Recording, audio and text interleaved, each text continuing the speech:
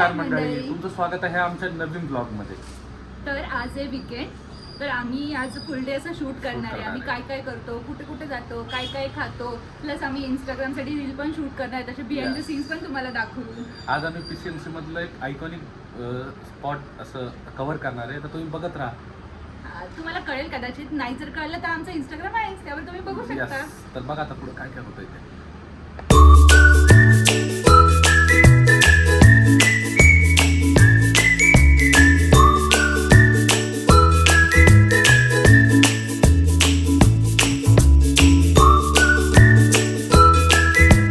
तर आज मॅडमनी बनवलं असं एकदम सुंदर नाश्ता, सगळं हेल्दी, पण त्याच्यानंतर मॅडम ठेवणार ह्याच्यामध्ये असे असे चिप्स.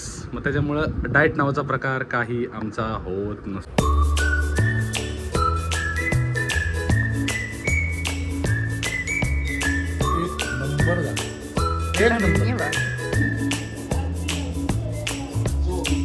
आता कुठं बाहेर जायला मॅडमला काही काम नव्हतं, आज जरा निवांत होता दिवस, अरे म्हणून मॅडम मॅडम आल्यात. तिथं आता एक हे लागलेलं आहे, एक्झिबिशन लागलेलं आहे नाही का, सगळं असं ते घरच्या गोष्टी ज्या पण असतात यूज करण्यासाठी वगैरे लागतात नाही का, होम डेकोरच्या गोष्टी. आणि इथं 2 दिवस अगोदर मॅडम आधी येऊन गेलेले आहेत. आता मी तुम्हाला दाखवते ना काय काय, म्हणून थोडं राहिलं होतं माझं घ्यायचं. चला, पैसे जातील आता.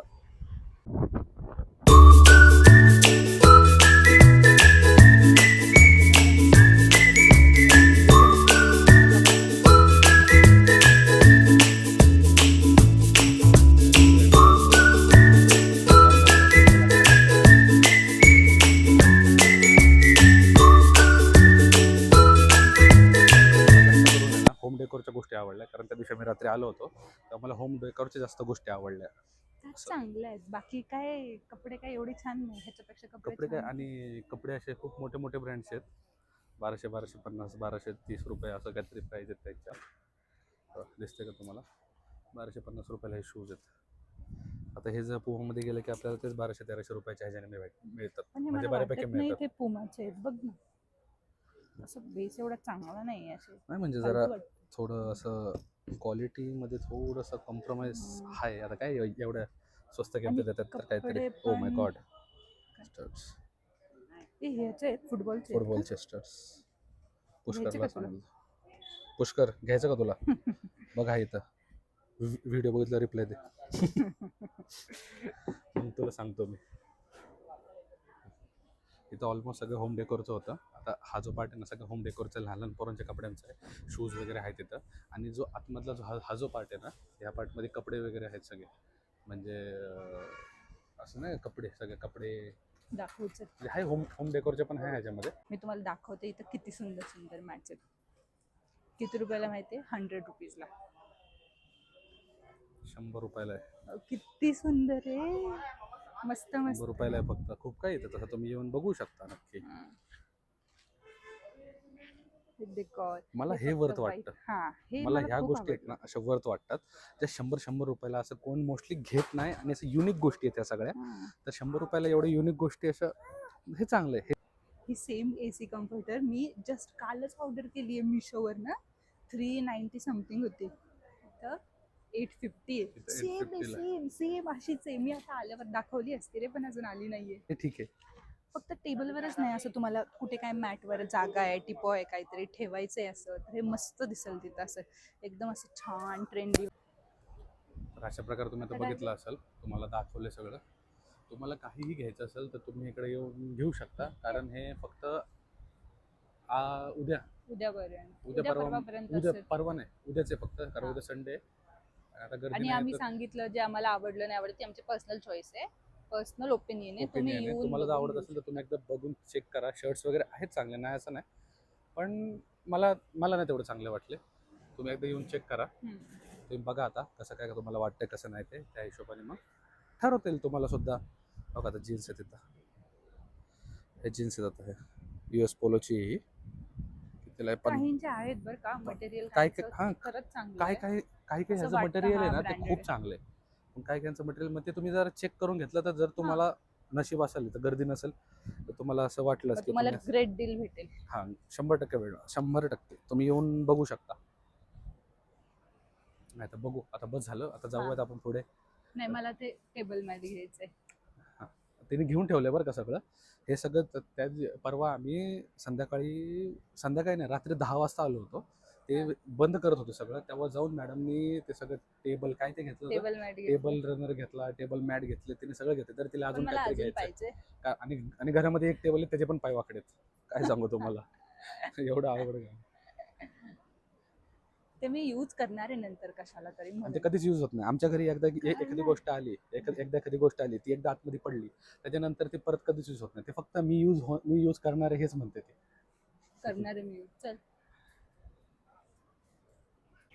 तर आता मॅडमची सगळी शॉपिंग वगैरे झाली होती आणि मॅडम मला एका आयकॉनिक जागा चिंचवडमधली जी मला म्हणजे आम्हाला जी एक्सप्लोअर करायची होती ती आम्ही एक्सप्लोअर करायला आलो होतो. 1972 साली चालू झालेली बेकरी ही.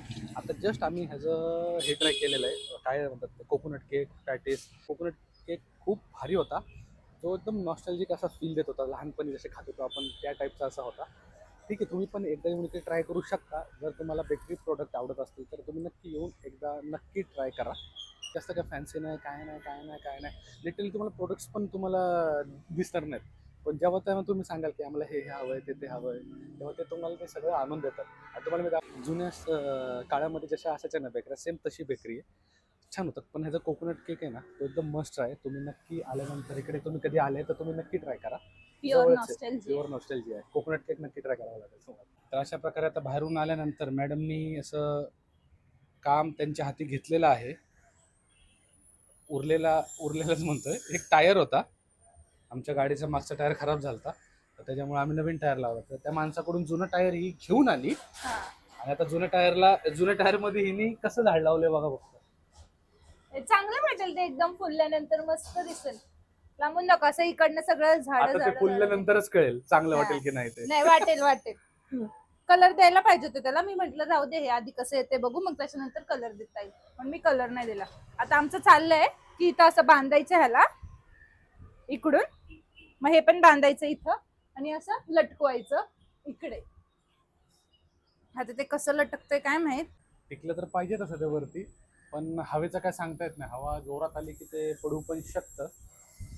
बघू, लेट्स सी. आता मॅडमची टाकाऊपासून टिकाऊ काहीतरी केलेलं आहे मॅडमनी, तर बघू आता चांगलं होतंय की नाही ते. बघायचं तुम्हाला मॅडमची बाग कशी आहे, सुंदर आहे की नाही.